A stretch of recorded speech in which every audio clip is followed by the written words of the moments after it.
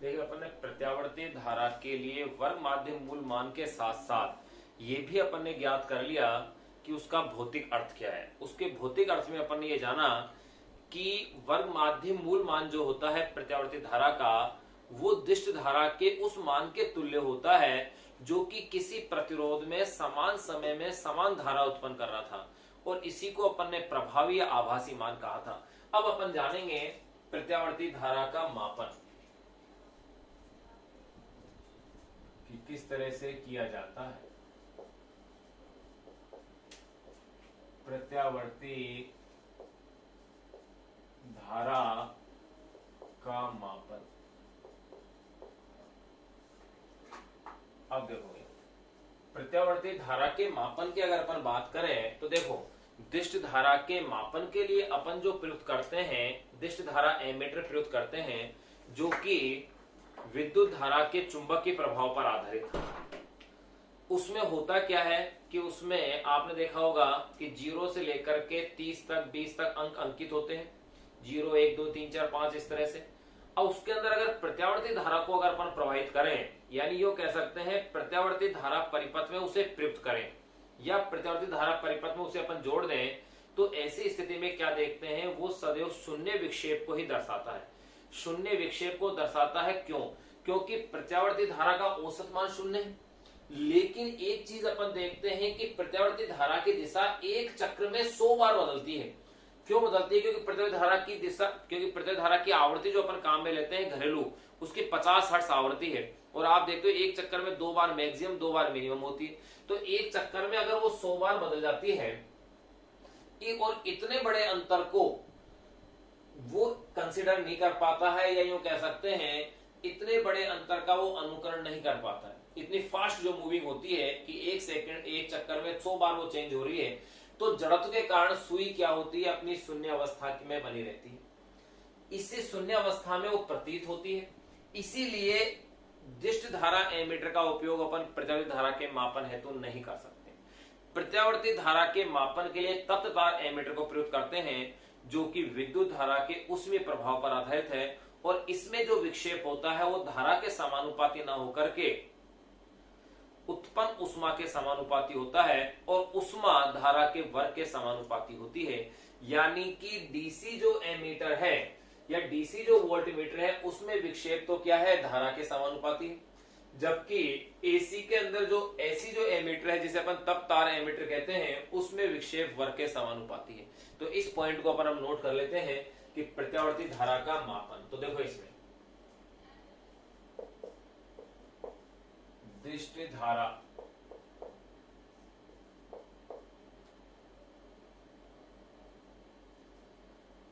दिष्ट धारा के मापन की युक्तियां, दिष्ट धारा के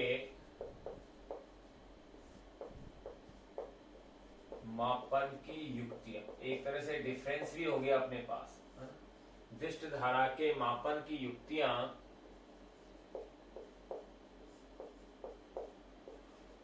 धारा के चुंबकीय प्रभाव, धारा के चुंबकीय प्रभाव पर आधारित होती है।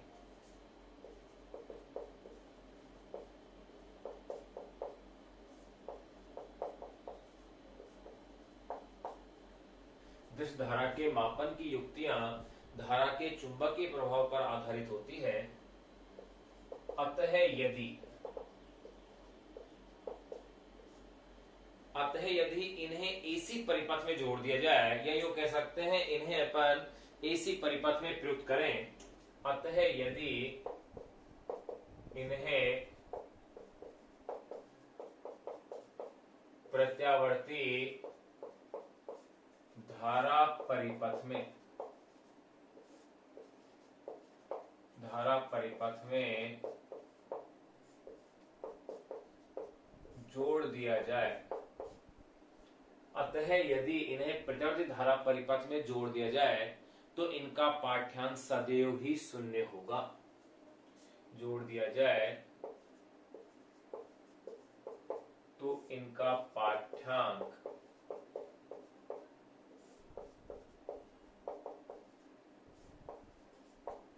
सदैव ही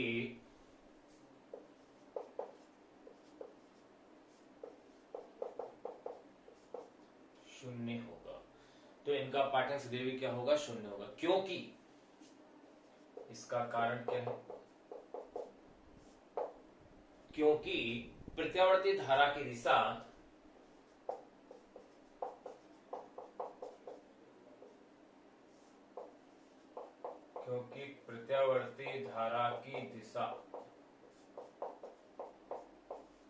एक चक्र में क्योंकि प्रत्यावर्ती धारा की दिशा एक चक्र में 100 बार बदलती है।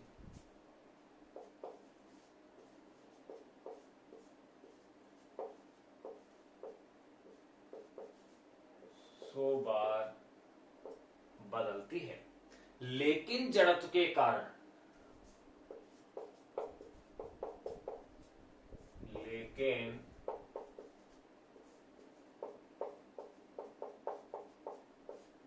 लेकिन जड़त्व के कारण संकेतक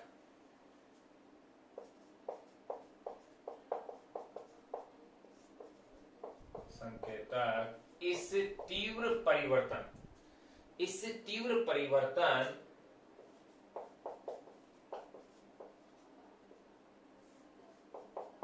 परिवर्तन का अनुकरण यानी इसको फॉलो संकेतक इस तीव्र परिवर्तन का अनुकरण नहीं कर पाता।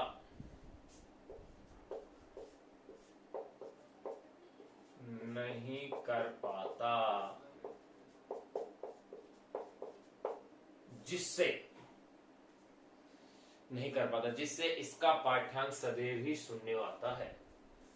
जिससे इसका पाठ्यांक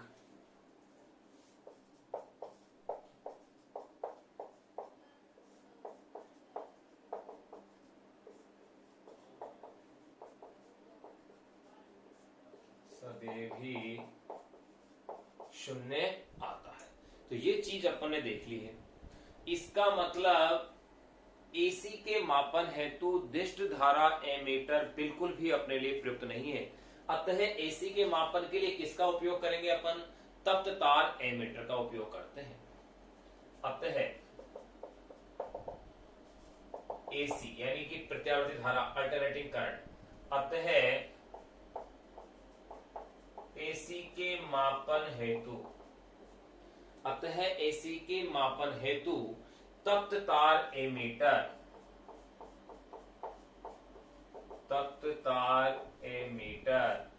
या यूं कह सकते हैं हॉट वायर एमीटर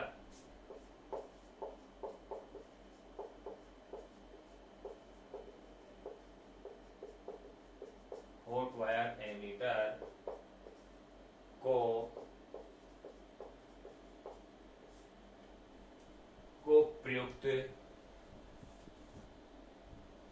प्रयुक्त करते हैं।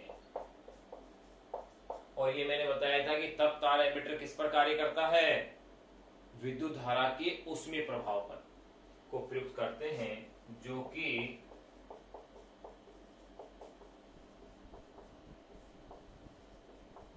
विद्युत धारा के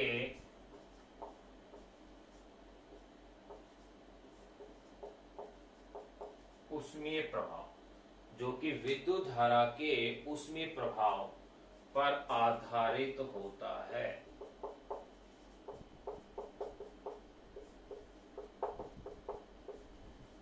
ये लीजिए, जबकि ये किस पर आधारित था? विद्युत धारा के चुंबकीय प्रभाव पर। और जो इसमें उत्पन्न ऊष्मा होती है उसकी दिशा पर निर्भर नहीं करती है, और उत्पन्न जो ऊष्मा है वो धारा की दिशा पर निर्भर नहीं करती है। विद्युत धारा के ऊष्मीय प्रभाव पर आधारित होता है, जिसमें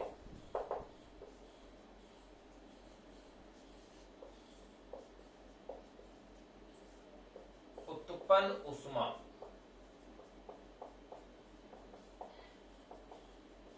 धारा की दिशा पर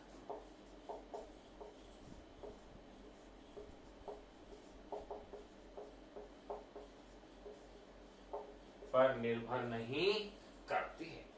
अब धारा की दिशा पर निर्भर नहीं करती यानी इसकी और एक चीज और विशेषता है, ये जो तप्त तार एमीटर होता है इसकी सहायता से अपन एसी ही नहीं डीसी का भी मापन कर सकते हैं। यानी तप्त तार एमीटर की सहायता से प्रत्यावर्ती धारा और दिष्ट धारा दोनों का मापन किया जा सकता है। तो ये पॉइंट चलो अपन लास्ट में लिखेंगे नोट लगा के।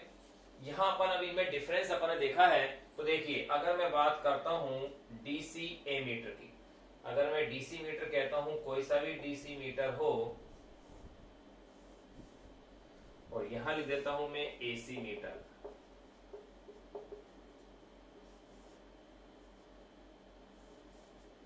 डीसी जो मीटर होता है इसमें जो उत्पन्न विक्षेप फाई है वो प्रवाहित धारा के समानुपाती, ये अपन सिद्ध कर चुके हैं।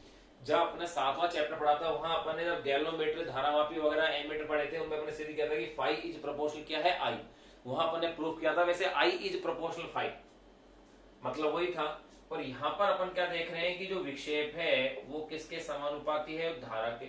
और आप जानते हो धारा किसके समानुपाती है, उत्पन्न विक्षेप उष्मा के समानुपाती, सॉरी उत्पन्न विक्षेप किसके समानुपाती है, उष्मा के। और उष्मा समानुपाती किसके होती है, धारा के वर्ग के।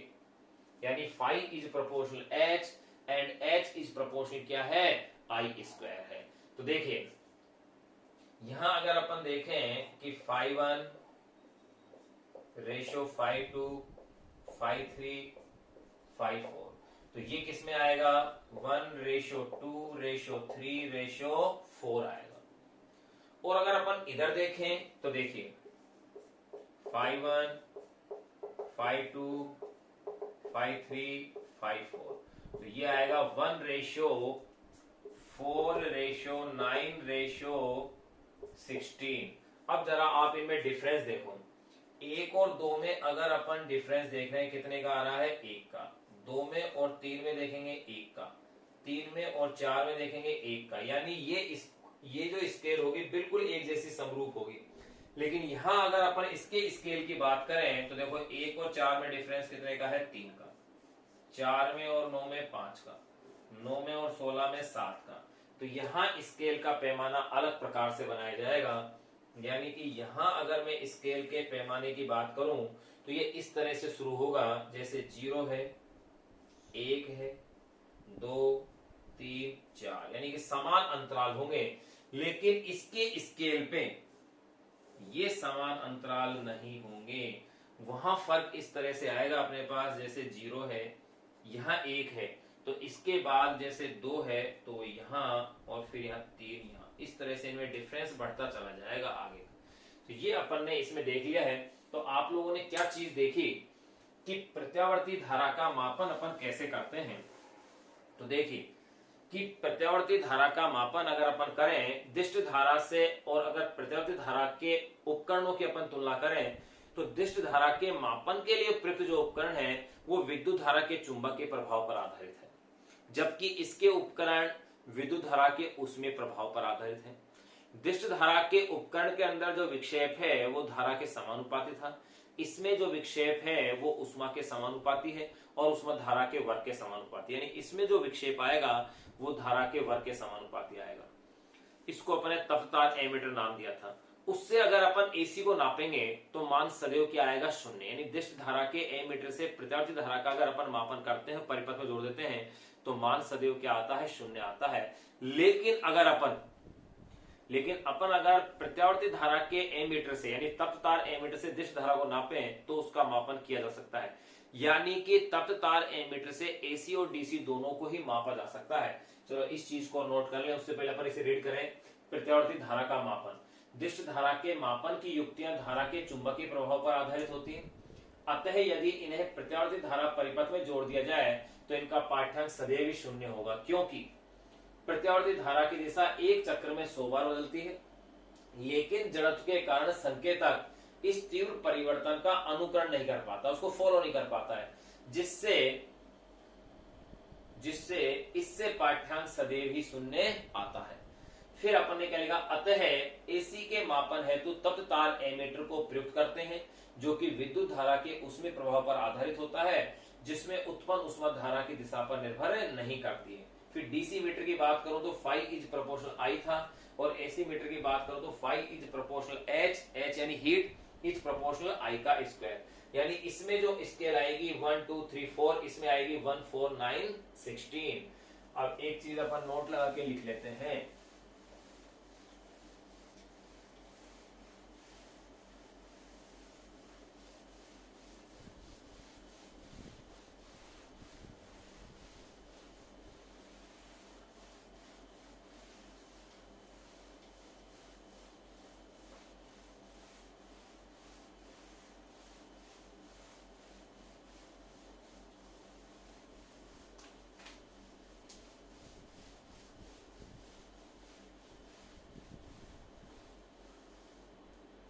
एक चीज जो अपन नोट लगा के लिख सकते हैं वो ये है,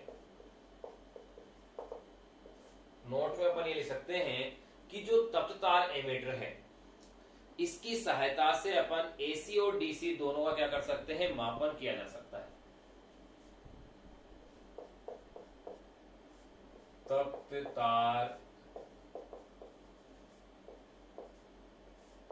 एमीटर से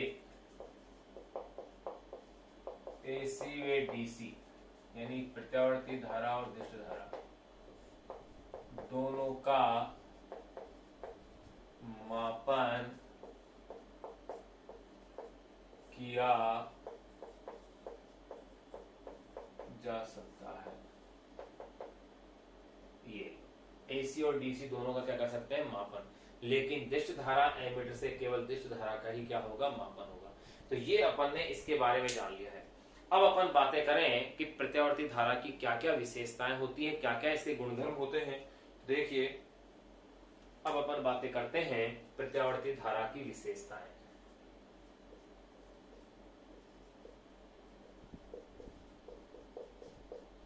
प्रत्यावर्ती धारा की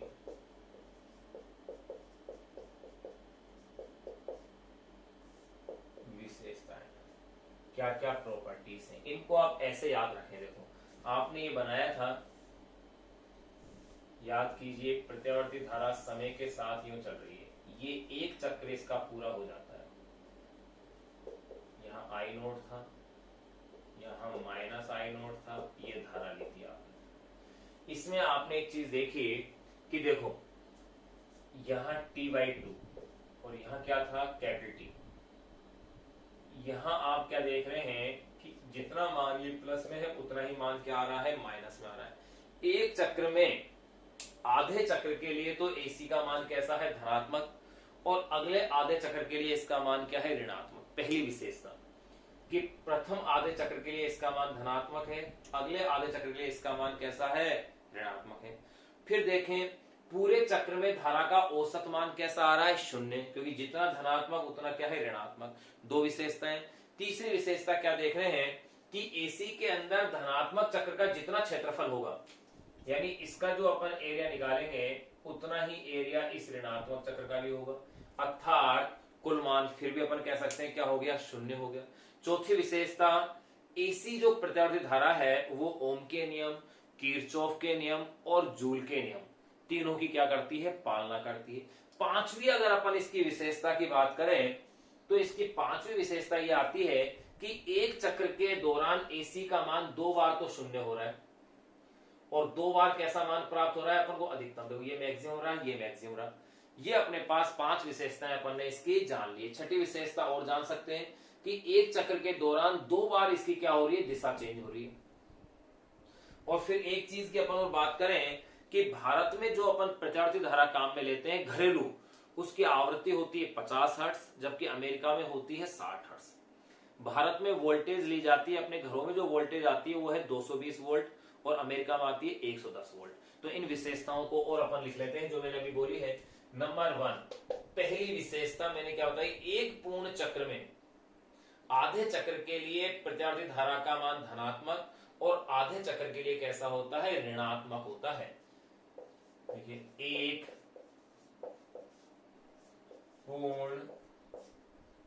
पूर्ण चक्र में, एक पूर्ण चक्र में आधे चक्र के लिए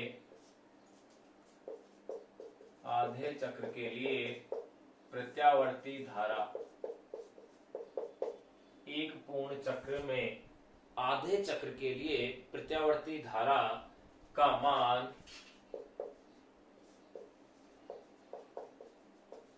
धारा का मान धनात्मक के लिए प्रत्यावर्ती धारा का मान धनात्मक और शेष आधे चक्र के लिए, एक पूर्ण चक्र में आधे चक्र के लिए प्रत्यावर्ती धारा का मान धनात्मक एवं शेष आधे चक्र में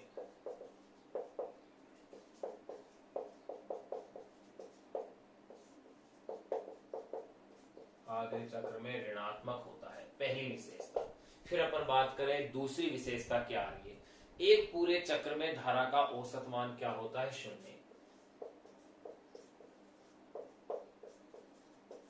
एक पूरे चक्र में धारा का औसत मान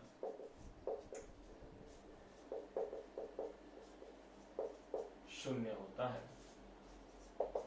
तीसरी विशेषता की अगर अपन बात करें कि प्रत्यावर्ती धारा में धनात्मक चक्र का क्षेत्रफल ऋणात्मक चक्र के क्षेत्रफल के क्या होता है? बराबर होता है। प्रत्यावर्ती धारा में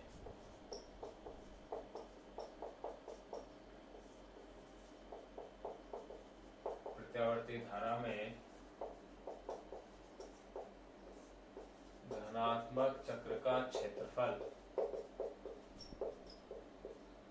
ये अपन अभी यही देख लिया, धनात्मक चक्र का क्षेत्रफल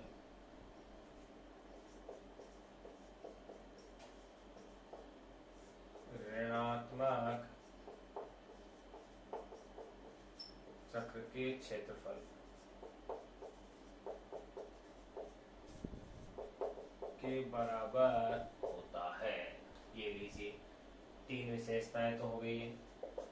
चौथी विशेषता की और अपन बात कर लें कि प्रत्यावर्ती धारा भी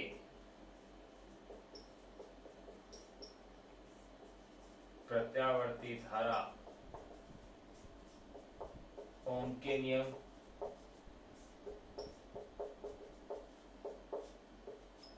किरचॉफ के नियम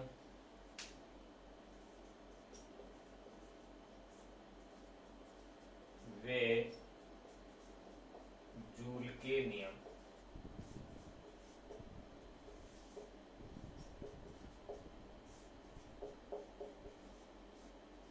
की पालना करती है।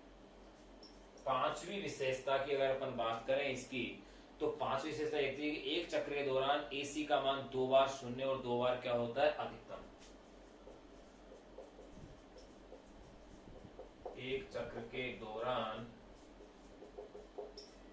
एसी का मान 2 बार 0, ये चित्र से दिख रहा है, तथा 2 बार अधिकतम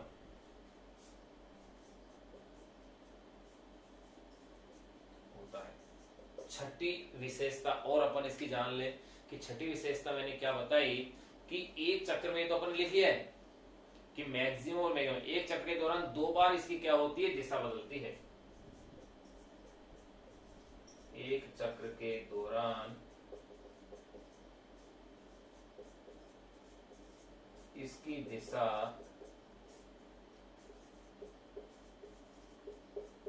2 बार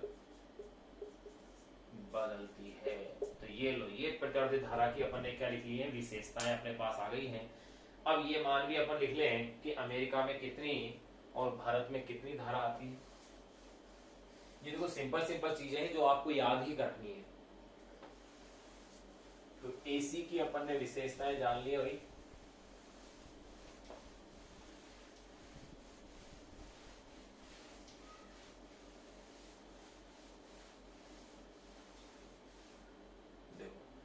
ये पॉइंट भी अपन नोट लगा लिख लेते हैं।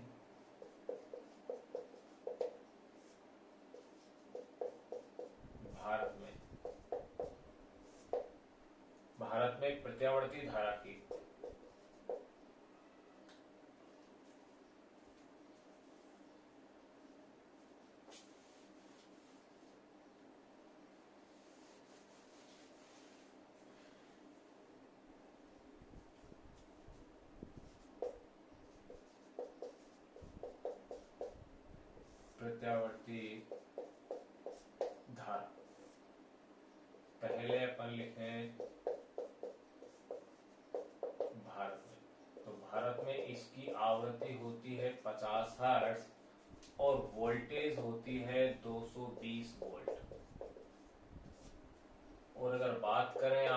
अमेरिका की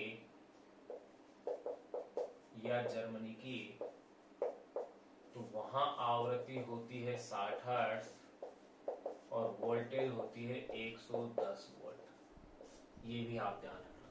तो यहां अपन ने प्रत्यावर्ती धारा की विशेषताओं की चर्चा कर ली है। फिर अपन बात करें प्रत्यावर्ती धारा की दिष्ट धारा से अगर आप तुलना करें तो प्रत्यावर्ती धारा दिष्ट धारा की तुलना में अच्छी है या खराब है, तो अपन दोनों ही गुणों की तुलना करेंगे कि प्रत्यावर्ती धारा में क्या अच्छे गुण है या क्या इसकी ऐसी विशेषता है जो डीसी से इसको श्रेष्ठ बनाती है, और क्या इसकी कमियां हैं जो कि दिष्ट धारा में है, जो गुण दिष्ट धारा में है लेकिन इसके पास नहीं है। अब उनकी अपन चर्चाएं करते हैं।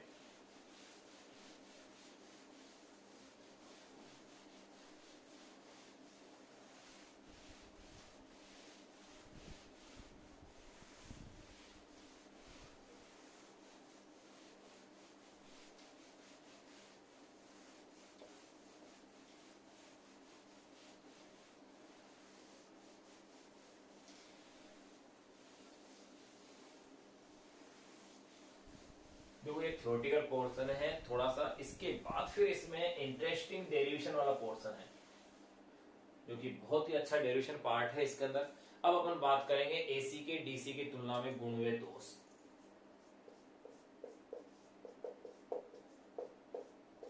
एसी के डीसी की तुलना में गुण व दोष, क्या इसमें अच्छाई है और क्या इसके अंदर कमियां हैं। तो सबसे पहले अपन चर्चा करें इसके गुणों की कि गुण क्या क्या हैं। देखो कि एसी के गुण जो कि डीसी से अच्छे हैं। पहले गुण की अपन बात करें तो देखो पहला गुण यह है कि एसी को डीसी में आसानी से बदला जा सकता है। रेक्टिफायर या दिष्टकारी की सहायता से एसी को डीसी में बदला जा सकता है। इस चीज को अपन पढ़ेंगे भी, अपने एक चैप्टर है इलेक्ट्रॉनिक्स के नाम से 16वां अध्याय, उसके अंदर दिष्टकरण की पूरी क्रिया विधि दी हुई है डायोड की सहायता जिसे अपन पढ़ेंगे। लेकिन यहाँ केवल अपन इतना सा लिख रहे हैं कि प्रत्यावर्ती धारा को दिष्ट धारा में आसानी से बदला जा सकता है, लेकिन दिष्ट धारा को प्रत्यावर्ती धारा में बदलना मुश्किल होता है और थोड़ा क्या होता है, खर्चीला होता है। और डीसी को एसी में बदलने के लिए अपन उपयोग करते हैं इन्वर्टर का।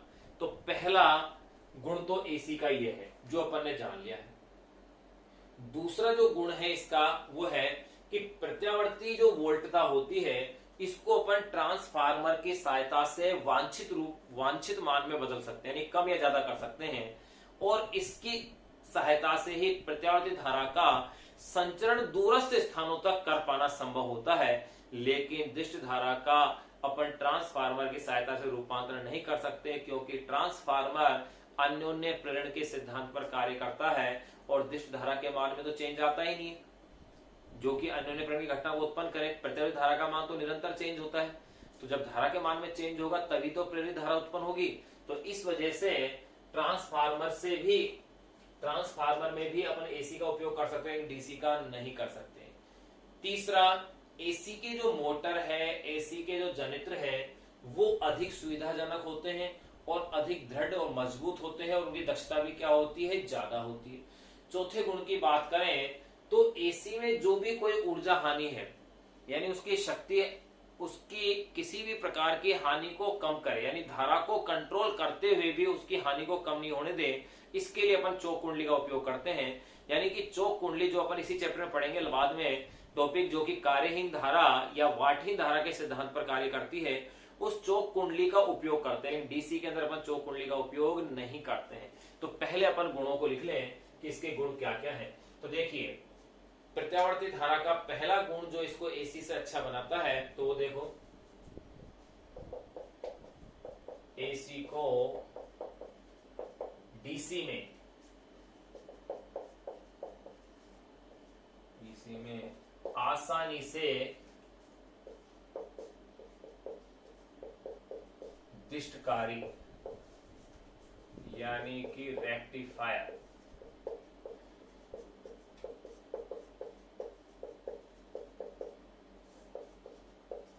की सहायता से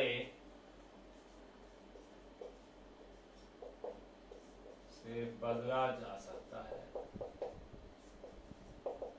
एसी को डीसी में आसानी से बदला जा सकता है, जबकि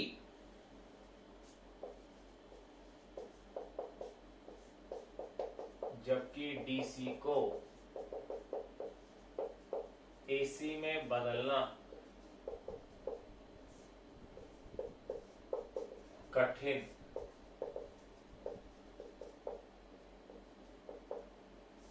वे खर्चीला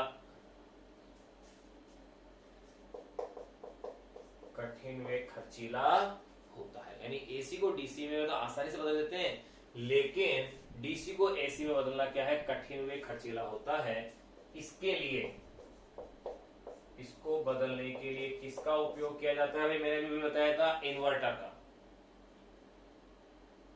एसी को डीसी बदलना, सॉरी डीसी को एसी में बदलना कठिन व खर्चीला होता है, इसके लिए इन्वर्टर का प्रयोग किया जाता है। इसके लिए इन्वर्टर का प्रयोग किया जाता है। ये अपन ने ध्यान रखना कि इन्वर्टर तो क्या करता है भाई, डीसी को एसी में बदलता है, और डिस्टकारी यानी रेक्टिफायर जो होता है वो एसी को किसमें चेंज करता है, डीसी में चेंज करता है। दूसरा,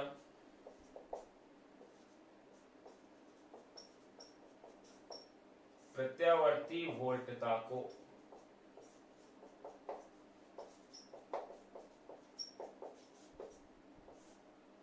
को ट्रांसफार्मर की सहायता से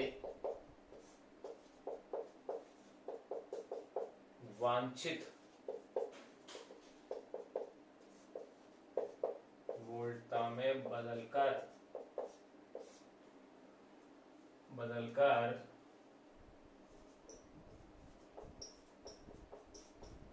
प्रत्यावर्ती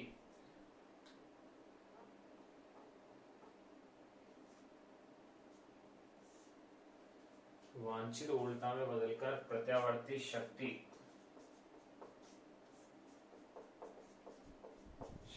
का संचरण दूरस्थ स्थानों तक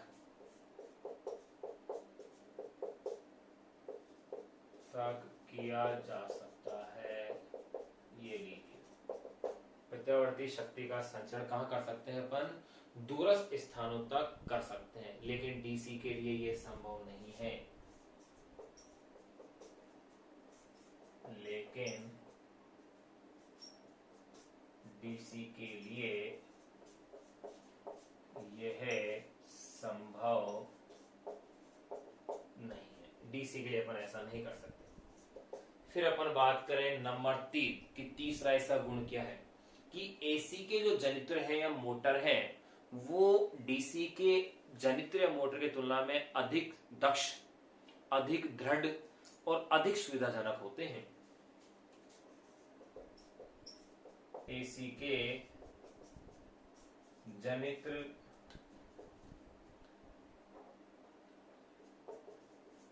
वे मोटर डीसी के जनित्र वे मोटर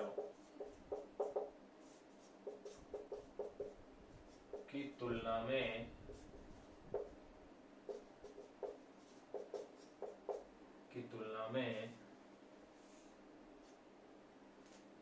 अधिक दक्ष, यानी एफिशिएंसी उनकी अच्छी होती है, अधिक दक्ष, दृढ़ वे सुविधाजनक होते हैं। चौथी अगर अपन बात करें इसके गुणधर्म की, तो देखिए भाई ये तो अपन ने देख लिया। चौथा गुणधर्म ये है कि एसी को अपन नियंत्रित कर सकते हैं चौक कुंडली की सहायता से, डीसी को नहीं कर सकते।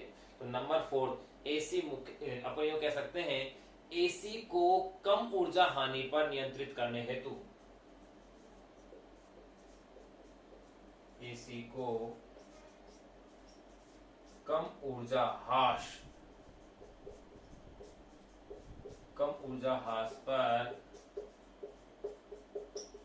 पर नियंत्रित करने हेतु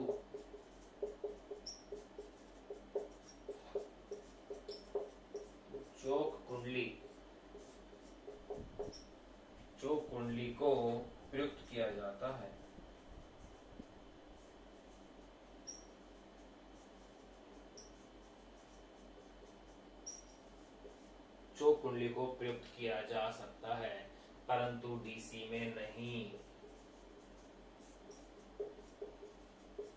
परंतु डीसी में नहीं। तो देखो चार अपन ने इसके गुण देख लिए जो डीसी से श्रेष्ठ है। पहला, एसी को डीसी में आसानी से बदल सकते हैं। दूसरा, एसी को ट्रांसफार्मर की सहायता से। तीसरा, एसी के मोटर जनरेटर अच्छे होते हैं। एसी को कम ऊर्जा हास पर नियंत्रित करने हेतु चौक कुंडली को प्रयुक्त किया जा सकता है, परंतु डीसी में नहीं। ये तो हुई एसी की पॉजिटिविटी की डीसी की तुलना में। अब कुछ इसकी दो कमियां भी हैं, जो कि एसी जो कि डीसी में अच्छाई है और इसमें कमियां हैं। क्या क्या है देखो, क्या इसके दोष हैं एसी के। पहला दोष तो इसका एसी का यह है कि ये डीसी की तुलना में अधिक घातक और खतरनाक होती है। क्यों होती है?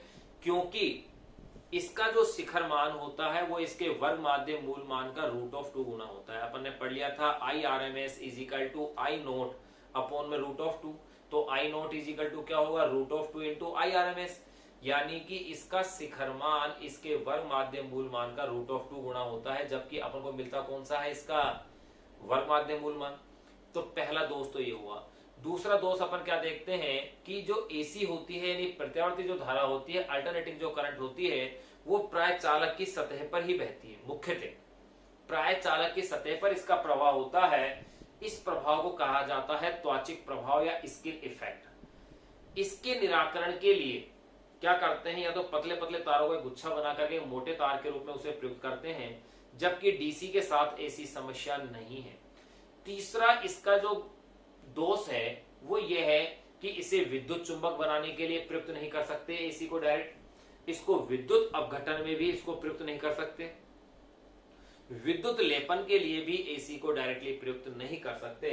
तो ये इसके कुछ दोष हैं जिनके बारे में अपन लिखेंगे। ये तो अपन ने पहले इसके गुण लिख लिए हैं, अब अपन लिखेंगे इसके दोष। देखिए क्या क्या दोष हैं, पहले उनको अपन जानते हैं।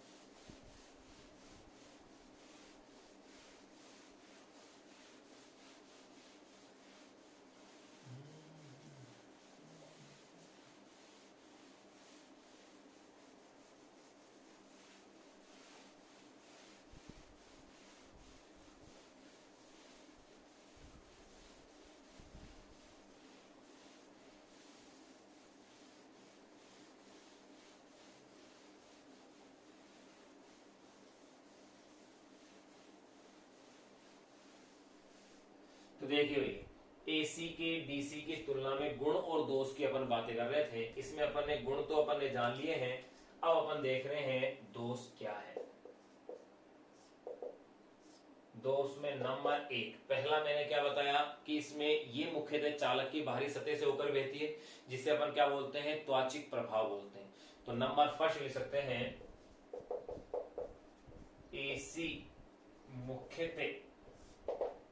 एसी मुख्यतः चालक के बाहरी सतह से होकर प्रवाहित होती है। एसी मुख्यतः चालक के बाहरी सतह से होकर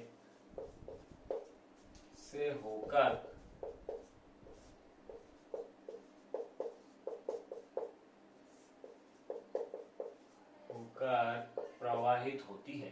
एसी मुख्यतः चालक के बाहरी सतह से होकर प्रवाहित होती है। इसे त्वाचिक प्रभाव यानी स्किन इफेक्ट,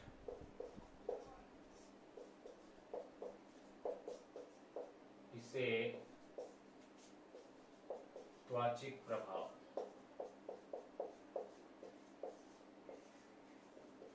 स्किन इफेक्ट कहते हैं। इसे त्वाचिक प्रभाव या स्किन इफेक्ट कहते हैं। इसलिए उच्च आवृत्ति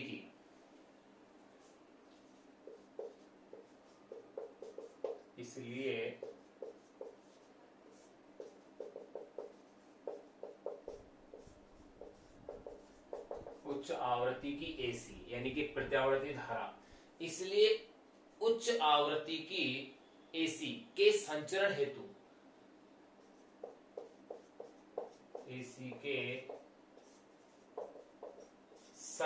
हेतु विद्युत रोधी पतले पतले तारों को मिलाकर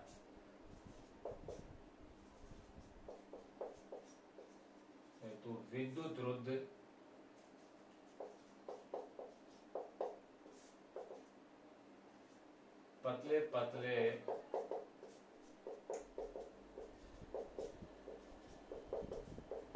पतले पतले तारों को मिलाकर एक मोटे तार या गुच्छे वाली डोरी, तारों को मिलाकर एक पतले तार, या इसे अपन कह सकते हैं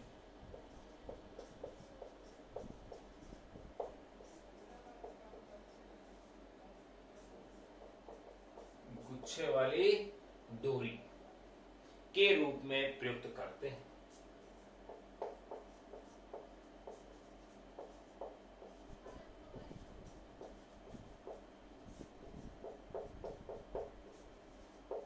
के रूप में प्रयुक्त करते हैं, जबकि डीसी के लिए सिंगल तार की डोरी और गुच्छे की डोरी दोनों ही क्या है, उपयुक्त हैं। जबकि डीसी के लिए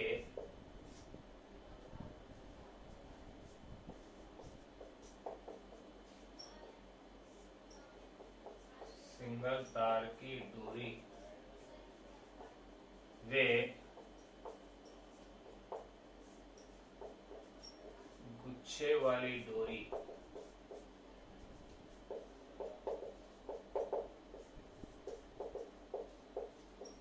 दोनों ही उपयुक्त है। देखो ये चीज आपने खूब अच्छे से देखी होगी, आपने देखा होगा जैसे अपन कोई प्लग वगैरह लगाते हैं तो उसमें जो तार लगा होता है प्लग के साथ जो डोरी लगी होती है उसमें पतले पतले तारों का गुच्छा सा होता है, वो इसीलिए प्रयुक्त किया जाता है त्वचिक प्रभाव की वजह से।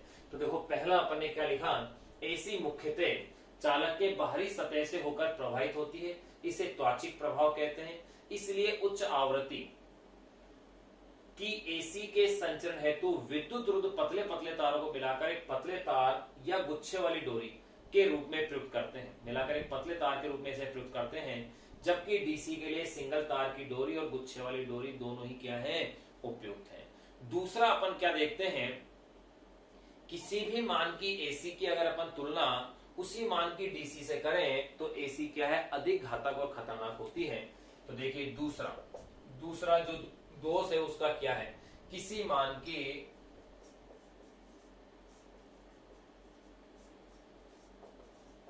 एसी उसी मान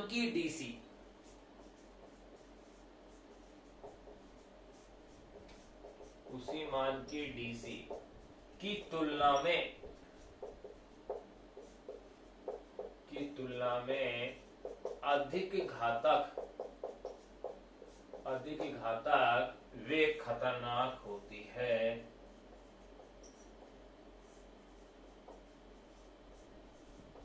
अधिक घातक वे खतरनाक होती है क्योंकि एसी का शिखर मान इसके आरएमएस मान का √2 गुना होती है क्योंकि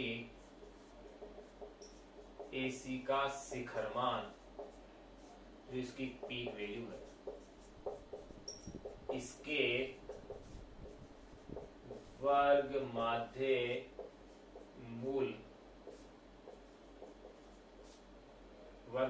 मूल मान का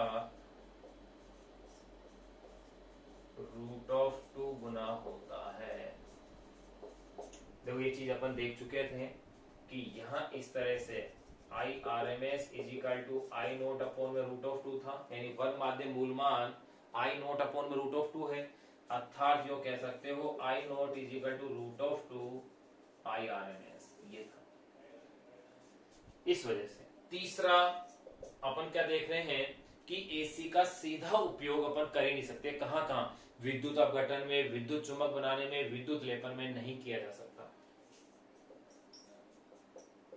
एसी का सीधा उपयोग विद्युत चुंबक बनाने, विद्युत चुंबक बनाने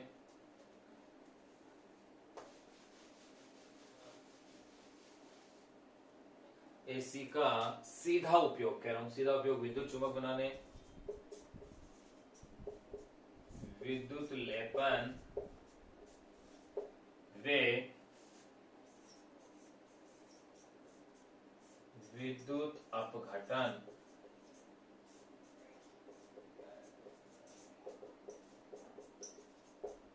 में नहीं किया जा सकता।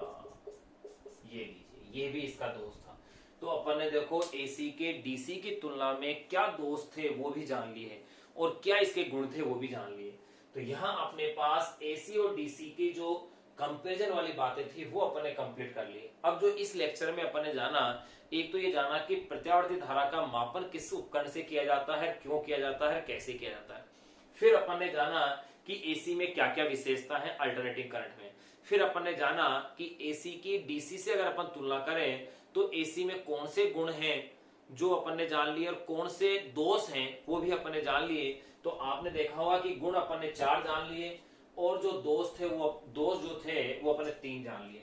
अब इसके बाद इस चैप्टर का डेरिवेशन वाला पोर्शन विशेष कर चालू हो जाता है और जिसके अंदर अपन अब पढ़ेंगे विभिन्न अवयव युक्त प्रत्यावर्ती धारा परिपथ। यानी कि अगर परिपथ में केवल प्रतिरोध जुड़ा हो तो क्या होगा, परिपथ में केवल प्रेरकत्व जुड़ा हो तो क्या होगा, परिपथ में केवल अगर संधारित्र जुड़ा हो तो क्या होगा, और अगर परिपथ में दो का कॉम्बिनेशन बनाए तो क्या होगा, जब तीनों को ही जोड़ दें एल को, सी को और आर को तो क्या होगा। इनके लिए अपन डेरिवेशन करेंगे जो कि इसका मुख्य पार्ट है इस चैप्टर का।